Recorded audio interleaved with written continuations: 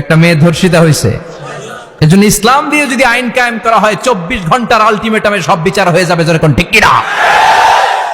আর কোন ধর্ষক বাংলার জমিনে জন্মাতো না, চিল্লায় বলো ঠিক কিনা?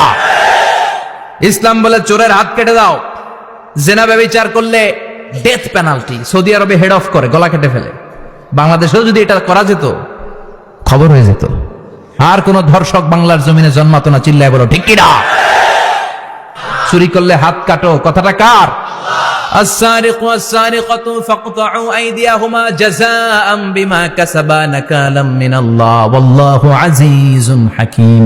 If anyone steal something very precious from the society, the government should cut down his right hand.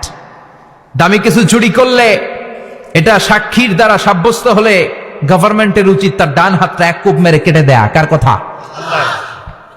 বনু মখজুমিয়া গোত্রের এক মেয়ে মদিনাতে চুরিতে ধরা পড়লো।